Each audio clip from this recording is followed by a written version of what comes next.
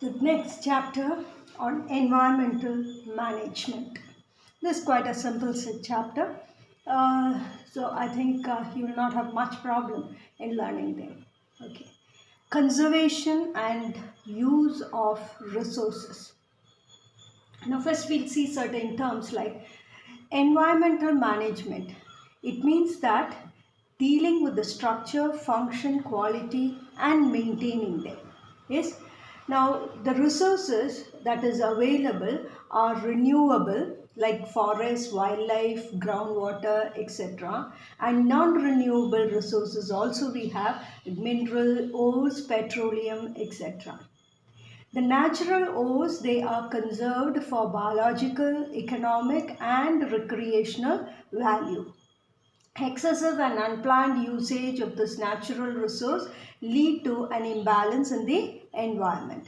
A balance between the exploitation and replenishment of resources is to be maintained. That is, how much we are using, the same should be the amount that we are going to give back to the nature. For example, if you cut down one tree, at least plant two trees so that we have a continuous cycle of or a continuous chain of the resources. Forests, and next we'll see about forests and its importance. Now, forest is the hub of microorganisms, flowering plants, shrubs, climbers, dense trees, and the habitat for the wild animals. Coming to renewable sources, includes wood, food, fodder, fiber, medicines, etc.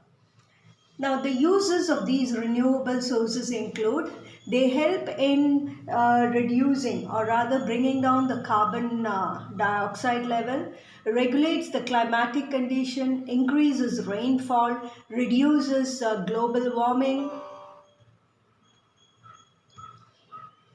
prevents natural hazards like landslide, flood, etc.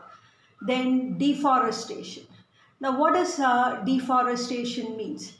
The destruction of a large area of forest due to the intensive agriculture, urbanization, construction of buildings, dams, roads, etc. So the destruction or damaging or cutting down the trees for the human necessity is what is known as deforestation. Yes. Now, effects of this deforestation, they bring about the ecological problems like flood, drought, soil erosion, loss of wildlife, extinction of species, and an imbalance of the biogeochemical cycle. So, biogeochemical cycle means the various cycles like the oxygen cycle, the nitrogen cycle, water cycle, all this gets affected. And also, as a result of it, the ecosystem in turn affects the ecosystem. Now, so because of this, there becomes a need for the conservation of the forest. How can forests be conserved? It could be a reserved and protected forest. Yes. Next heading is afforestation. So afforestation means the opposite of deforestation, that is planting the trees. So there are a number of programs that have been brought out in our country to maintain this forest. So one such program is Van Mahotsav, which is actually planting and protecting the trees. Then social forestry programs, then forest conservation through laws are also implemented so as to maintain the forests which are available in our country. Okay. Yes. Next we will see about some such laws that we have is the National Forest Policy, the Forest Conservation Act. These are some of the laws which have been brought about and under which certain aspects are highly punishable also. Yes. Next we will see about wildlife and its conservation. Wildlife means, what are wildlife? They are the undomesticated animals living in the natural environment. So when I mean natural environment, it is that environment where there is no human habitation. Conservation of the forest and wildlife, they are interrelated, because destroying forest would affect the wildlife, because the forest is the home of the wildlife animals. Yes, so forest and wildlife, they are interrelated. Then over exploitation and shrinking of the forest cover has led to the extinction of animals.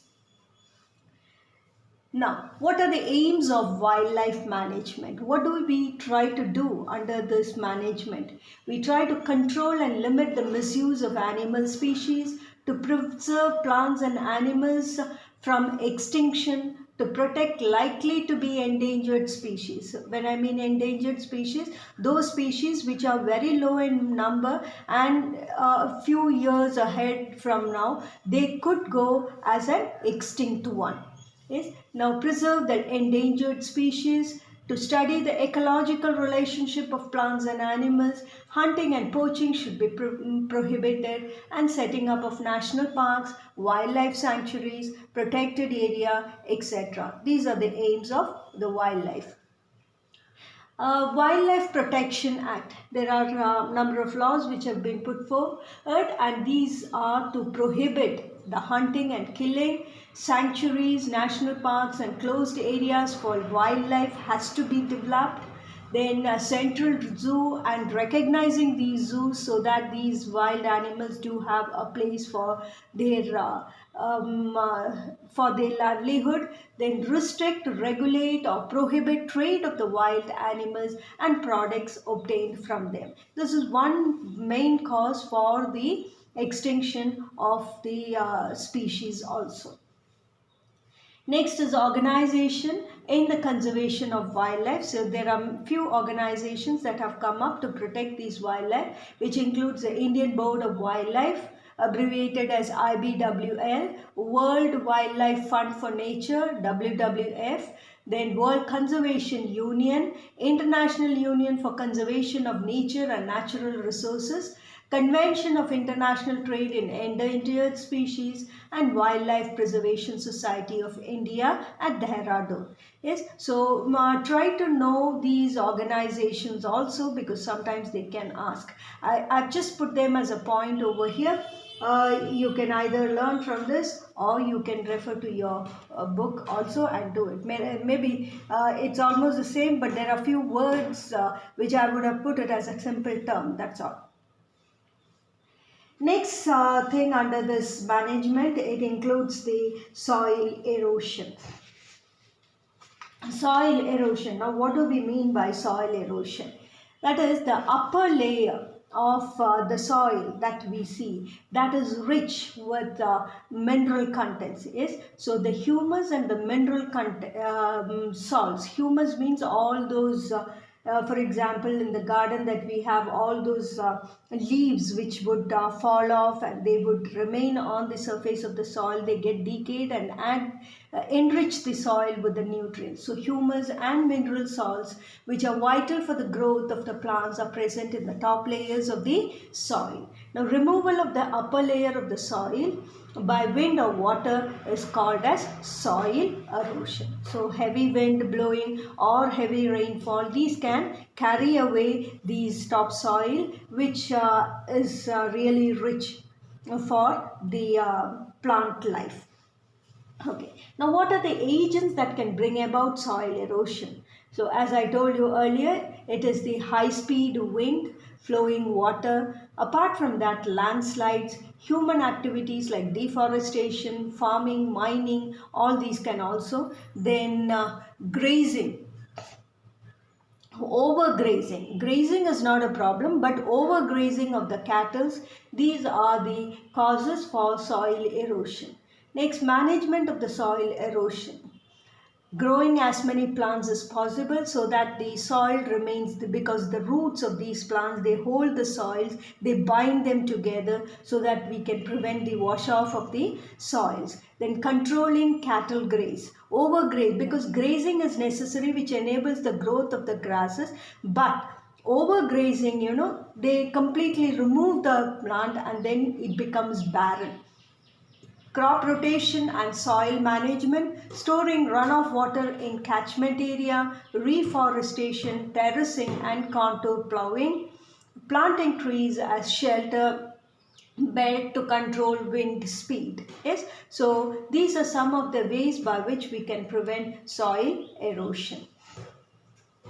Coming to non-renewable energy resources. Non-renewable energy resources, I told you, includes coal, petroleum, etc. So the energy from the sources which cannot be renewed, these are the energy which cannot be renewed. It includes even natural gases and nuclear power. Now, how are these fossil fuels formed? They are formed inside the Earth's crust by the natural process. That is, the all those dead remains which fall onto the surface of the Earth. They get that is, they get deeper and deeper. The layers go deeper and deeper.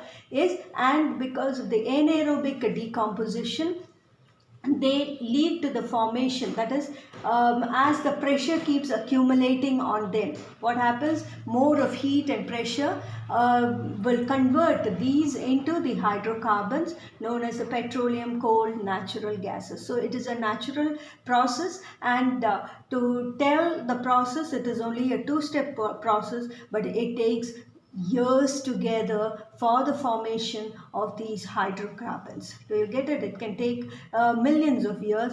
So exhausting these resources will not, we'll not be able to have a continuous chain of that. Okay, coal, from which electricity can be generated, which is used mainly in the thermal power plant for the generation of electricity. Then next, petroleum. It is also known as the crude oil, which is used in oil refineries for producing petrol and diesel. Then kerosene and LPG, these are obtained from the petroleum. Now, conservation of coal and petroleum resources. Now we have to conserve. First thing is, because these coal is mainly used for the production of electricity, so controlling or saving electricity would help us to reduce the use of the coal. Then reducing the use of vehicles which are run by these fuels like cars, motorcycles, and instead we could use the bicycles or our own legs, which is good for our health also, which can reduce the use of coal. Then reducing the use of kerosene and LPG, for which we can use cookers, which utilizes much lesser time for the cooking of the food material.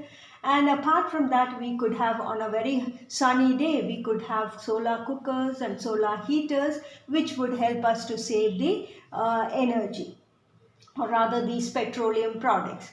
Then the vehicles that we are using should be of fuel efficient engines, so that they reduce the pollution content, and in very little amount of the fuel, the efficiency of it would be increased. Yes, so these are some of the ways by which we can conserve.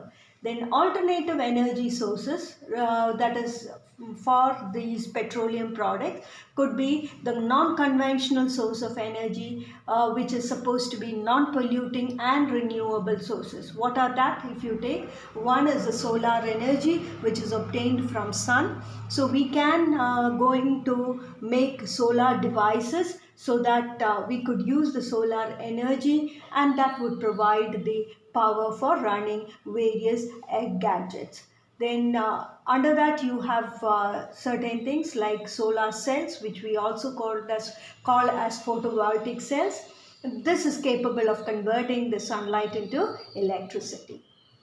Now, uses of these solar cells, solar energy, they could be used for street lights, traffic signals, water pumping, battery charging, then artificial satellite and space probe, radio and TV transmission to remote areas, calculators, electronic toys and watches. All these could be used. For all these we can use them. Next is solar panel. Now, what is solar panel? When number of solar cells, they are interconnected with each other, so that the capacity, you know the size of a solar cell. Yes, so you can just imagine number of such solar cells. When you pack them and connect them together, the area, surface area gets increased, and so we would have more of the solar energy, which could be converted into the electric current. Next, we can have solar cookers. This is actually a very simple mechanism. It could be a metal or a wooden box which is painted onto the inner side with a dark color, so that there would be maximum solar absorption, and you have a thick glass that would cover it, and which actually helps in the reflection. Yes, the food is cooked by the energy that is radiated from the sun. Next, we have thermals, solar thermal power plants. Number of solar panels which are connected together so that the sun rays could be concentrated. Yes, maximum sun rays can be concentrated, and this could be used for heating water to produce steam, and this steam can be used for running the turbine, which is necessary to produce the electricity. Okay. Okay. Now, what are the uses of this? They are available in abundance and free of cost. It's a renewable source of energy. They can generate electricity and heat. And one main advantage is there is no pollution.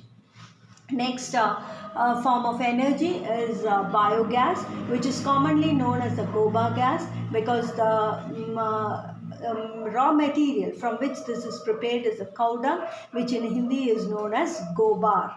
Yes, now this is actually a mixture of methane, hydrogen sulfide, carbon dioxide and hydrogen. How is this obtained? It is by the decomposition of the plant and the animal waste in the absence of oxygen, that is anaerobic. And uses of this, if you see, fuel, it's a good fuel for cooking. They can run motors and pump sets to generate electricity. Advantages of the biogases: they burn without smoke and so less pollution, helps to get rid of the organic waste. So a lot of waste from every house, yes, the bio waste and the sewage material, rather than polluting the environment, we could use it to produce energy. So leftover slurry is a good mixture which is rich in nitrogen and phosphorus. So for agricultural fields we can use them. It is safe and convenient to use and reduces the greenhouse gases. Next, shale gas. Now, what is shale? It is the soft, finely stratified sedimentary rock which is formed by the forces of small old rocks trapped beneath the earth crust. Say, there are small rocks which get trapped beneath the earth crust, and over that you have some the sand, mud and high rocks being formed. Because of this pressure, they get trapped into it, and what happens over times, you can find that actually they do have some oils and gases within them, and over times we can when they get converted into these hydrocarbons, we can extract these fuels by hydraulic fracturing, drilling or boring these sedimentary rocks. The oils can be obtained. Now, what are the environmental impact of this? If you see, they can, because we go in for drilling and hydraulic pressure, it can affect the groundwater reserve. They can contaminate the drinking and the water resources. It can affect the fertility of the soil and can also affect the water table. So depending on that, we have so many alternative sources of energy. We could use one of them. Yes, the solar energy, which can be used for varying purposes, so as to reduce the exhaustion of the petroleum that is available at the moment.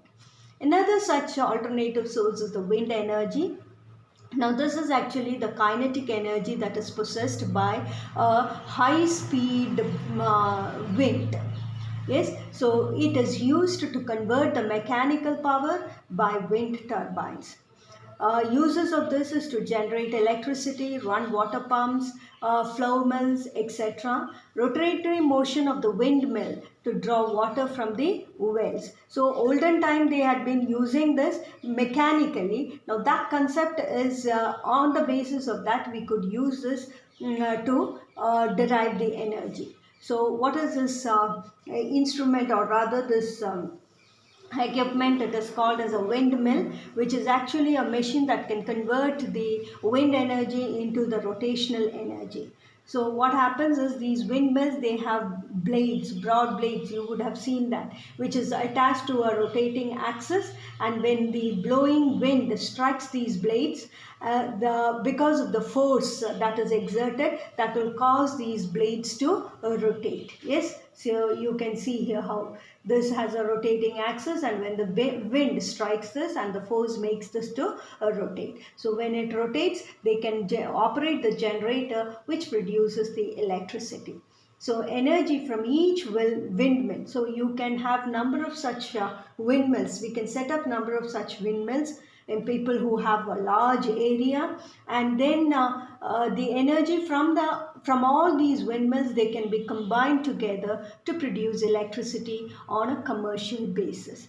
Advantage of this is they are free of cost, eco-friendly, it's a renewable source of energy, and they do not cause pollution, and the maintenance cost is low. So one-time installment cost is very high, but after installing, the maintenance cost would be very less. Okay. Next is water energy. Now, obtaining the energy from the water, that is the kinetic energy possessed by the fast flowing water, is from which electricity can be generated. Now, this technique is also known as the hydropower. So, water, so if it is a fast flowing, when I meant it should be the water which are flowing from a great heights like hilly areas, slopes, is from which it can be used. Next is the tidal energy. This is the energy which is due to the movement of water due to oceanic tides. So tides means it is the rise and fall of the sea levels due to the gravitational force which is exerted on these water bodies. So tidal stream is a fast flowing body of water which is created by tides. Turbines are placed in the tidal stream, and these tides, when they hit the turbine, it causes it to rotate and convert this tidal energy into the electric energy. Advantages of this, again it is pollution free, no fuel is necessary, and no waste is produced. Tides are predictable and hence produced at any time. Water being denser than air, it can generate electricity at lower speed than the wind turbine. Okay, fine. Next we come to rainwater harvesting. So this is something which is very much known to us. We are very familiar with this, and we do have it in our home also. Collecting and storing rainwater for future use.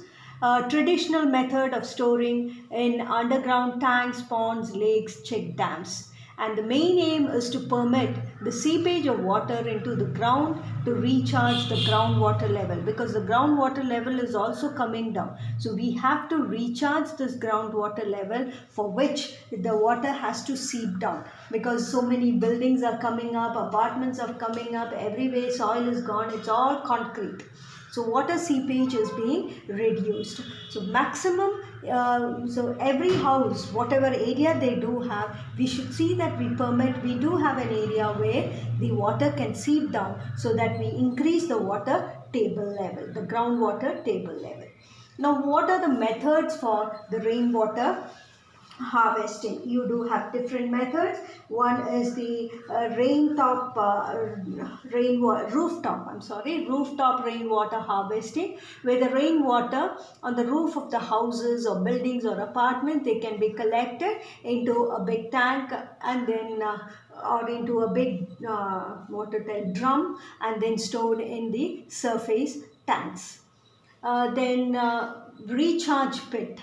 That is, here what happens is rainwater again from the rooftop. We do have the outlet from the rooftops can be connected to a pipe, and this rainwater is allowed to flow through the pipes and into the ground. We do have pit dug with all gravel, so that water can seep.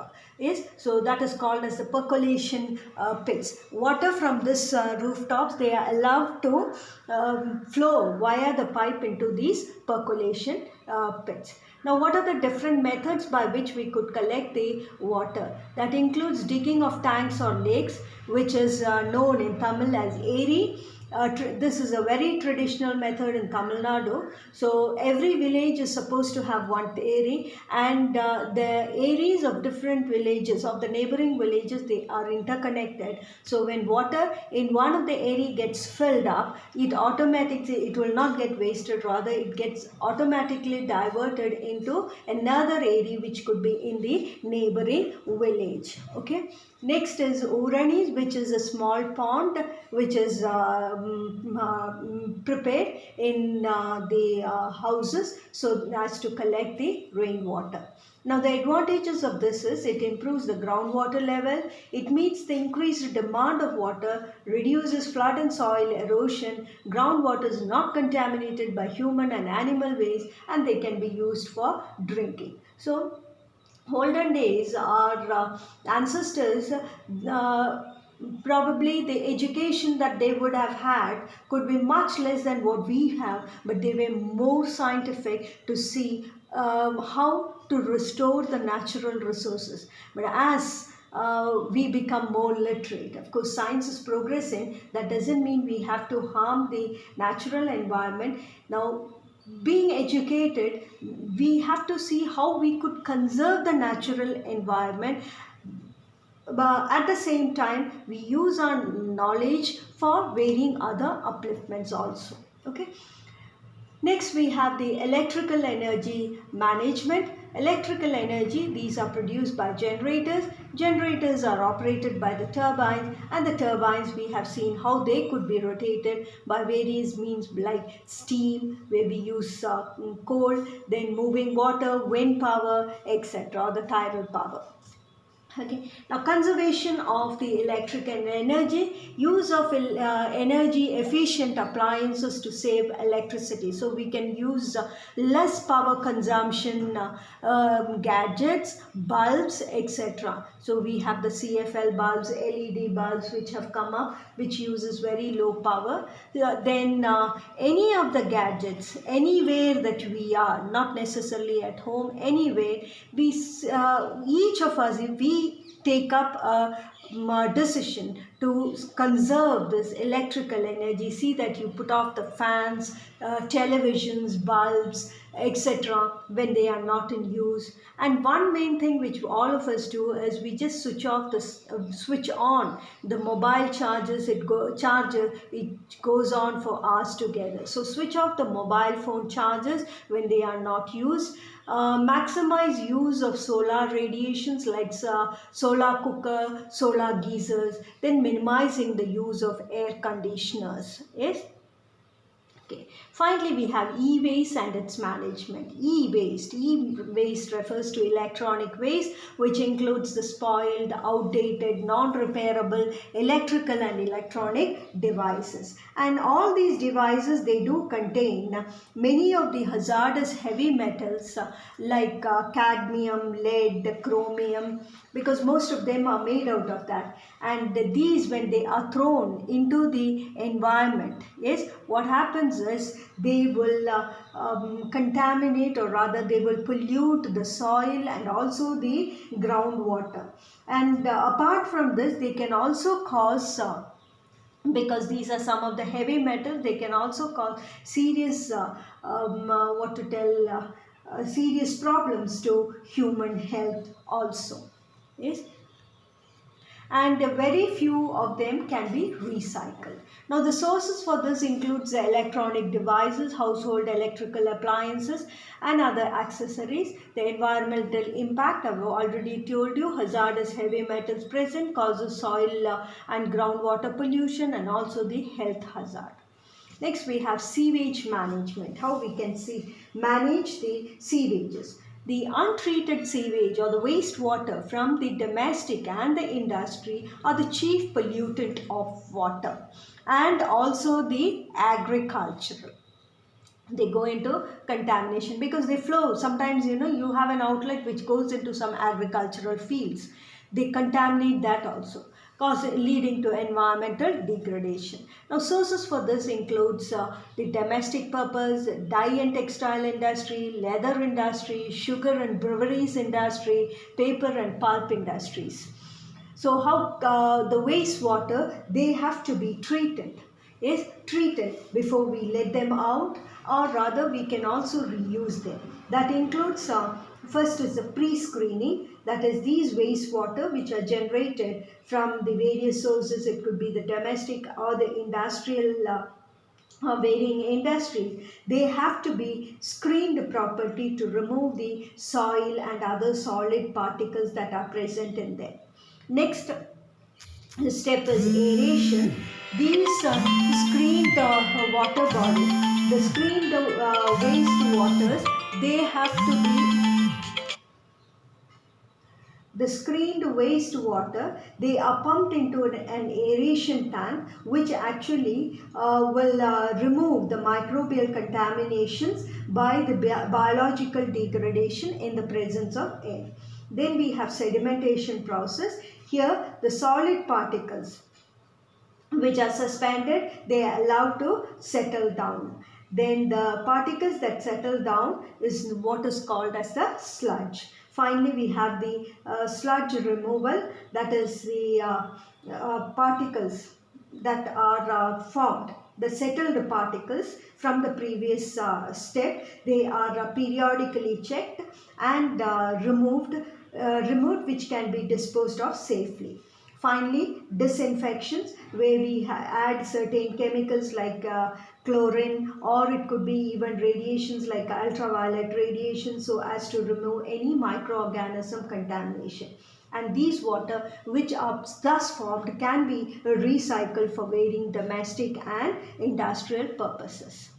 Now, solid waste management. The solid waste includes the municipal waste, hospital waste, industrial waste and e-waste. The management includes the collection of these waste, then treatment and proper disposing them.